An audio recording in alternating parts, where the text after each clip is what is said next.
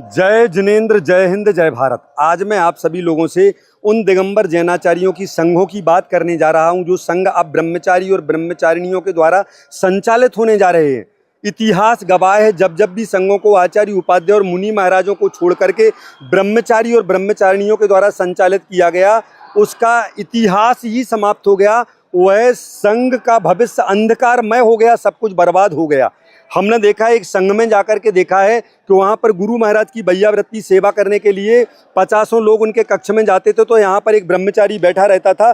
50 लोग उसकी भी बैयावृत्ति करना प्रारंभ कर देते थी, और वह ब्रह्मचारी कभी भी संगस्थ किन्हीं साधुओं को ना नमोस्तु करता है, ना माताजियों को बंदामी करता है, ना किसी को इच्छामी करता है, ना किसी को आहार दान देने जाता है। बस पूरी अपनी दादागिरी चलाता है। संघ के 80% से ज़्यादा साधु उससे प्रताड़ित है। कोई भी नहीं चाहता कि यह व्यक्ति अड्डा बना करके संघ में रहे। वह तो बिल्कुल नाग जैसा फण फैला करके संघ में कुंडली मार करके बैठ गया, पूरी अपनी चलाता है। बहुत लंबे समय से उसकी दादागिरी संघ में चलती है। संघ वालों को मैं हिदायत देने चाहता हूँ, आप देख लो वह कितना पक्षपातपूर्ण संघ में रह करके व्यवहार करता है। जब साधुओं को चातुर्मास बढ़ते हैं तो उस समय वह क्या करता है, जिन साधुओं से उसके अच्छे व्यवहार होते हैं, अच्छे संबंध होते हैं, उन साधुओं को वह बढ़िया बढ़िया चातुर्मास के स्थान दे देता है।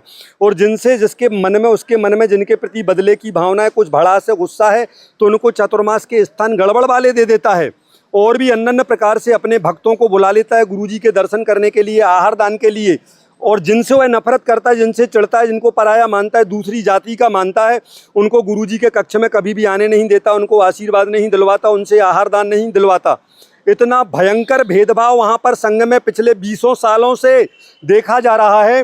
फिर भी कुछ डरपोक किस्म के लोग, हम चाहते हैं कि त्यागव्रत नियम संयम के क्षेत्र में निकलने के बाद भी तुम दबाव में हो, फिर तुम लाचार हो, मजबूर हो। वहाँ पर तो व्रत लेने के बाद तुम्हारे अंदर इतनी ताकत आना चाहिए कि तुम्हारा सीना 56 का नहीं 156 इंच का होना चाहिए। इस प्रकार से जब 20 साल से एक व्यक्ति अपने हिसाब से संघों को चला रहा है, जबकि उसकी औकात क्या है, एक ब्रह्मचारी है। संघ तो बड़े बड़े मुनियों आचार्यों के द्वारा संचालित होते हैं, तो वहाँ पर डर के मारे कोई विरोध नहीं कर पाता। हम मन में सोचते हैं ऐसे हजारों लोग मिलकर के जब एक व्यक्ति का विरोध नहीं कर पा रहे हो, फिर कभी तुम्हारे घर में घुस करके व्यक्ति कोई कांड करेंगे, कुछ करेंगे, फिर तुम क्या उखाड़ लोगे। संसार में जहाँ कहीं भी हमें बुराई दिखती है, बुरा काम दिखता है, तो हमें भगवान ने जो भी ताकत दी है, हमें अपने तन मन धन के द्वारा, अपने पुरुषार्थ के द्वारा बुराई को दूर करने का प्रयास करना चाहिए। अरे तुम एक संघ से एक ब्रह्मचारी को भी नहीं हटवा पा रहे हो। वह जिस भी साधु से चढ़ता है, उनका गलत प्रचार प्रसार करना प्रारंभ कर देता है, उनके पीछे लग जाता है। करोड़ों रुपयों की वहाँ पर बैठ करके कमाई करता है, अपना पैसा ब्याज पर चलाता है। यह सब वहाँ पर बैठ करके वह कर्म करने में लगा है, और तुम सबके सब मिलकर के उसके पक्षपातपूर्ण व्यवहार को देख करके वहाँ पर उसको हटा नहीं पा रहे हो। आज ही यह वीडियो देख करके आप सबको संकल्प लेना है कि जो ये ब्रह्मचारी और ब्रह्मचारिणियों के जो संघ में अड्डा बना है, इनने सिर्फ अपना अड्डा बना के रखा है। ना इनको धर्म से, ना समाज से, ना धर्म, ना राष्ट्र से कोई भी मतलब नहीं है। एकमात्र अपने पदों के द्वारा अपने नोटों की व्यवस्था करने से इनको मतलब है। इनको सोते समय भी नोट, जागते समय भी नोट, जो कुछ करते हैं 24 घंटा सिर्फ note note note note note note note note. ऐसे नोट वालों को धक्का दे करके भगा दो। इनसे कहो कि अपने घर में बैठो, अब कोई भी संघ में तुम्हारा कोई रोल नहीं है। जितने दिनों के लिए इनको विधान को या पंचकल्याणक प्रतिष्ठाओं के लिए बुलाते हो, उसके बाद इनकी 6वें दिन छुट्टी करो। अगर इनको वहाँ से नहीं हटाओगे तो संघों का भविष्य अंधकारमय हो जाएगा।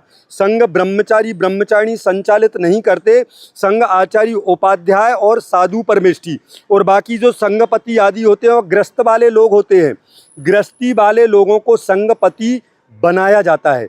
यदि वास्तव में अपने धर्म की प्रभावना 7 समुंदर पार तक करना है, तो हमें इन अड्डा बनाने वाले लोगों को वहाँ से हटाना होगा, व्यवस्थित रूप से संघ को चलाना होगा, निष्पक्ष रूप से चलाना होगा, तो अद्वितीय प्रभावना अपने आप ही हो जाएगी।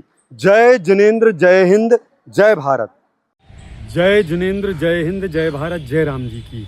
आज मैं आप सभी लोगों से एक ऐसे महान व्यक्तियों की चर्चा करने जा रहा हूँ जिन्होंने सत्य की खातिर अपने प्राणों का बलिदान करने का भी मन बना लिया, जिन्होंने अपने महान गुरु आचार्य विद्यासागर महाराज जी से संकल्प लिया था कि हम अपने जीवन में कभी भी असत्य की तरफ नहीं झुकेंगे और सत्य की रक्षा की खातिर अपने प्राणों का बलिदान रात के 2 बजे और दिन के 2 बजे भी करने में हिचकेंगे नहीं।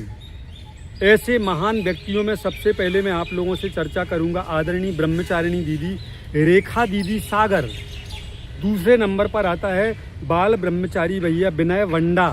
तीसरे नंबर पर आता है ब्रह्मचारी संजीव भैया कटंगी। चौथे नंबर पर आता है ब्रह्मचारी अभिषेक भैया महरौनी। चूँकि इस लिस्ट में ऐसे बहुत से नाम हैं जिन्होंने अपने प्राणों का बलिदान करने का मन बना लिया कि हम तो सत्य की रक्षा करेंगे, और जैसा उन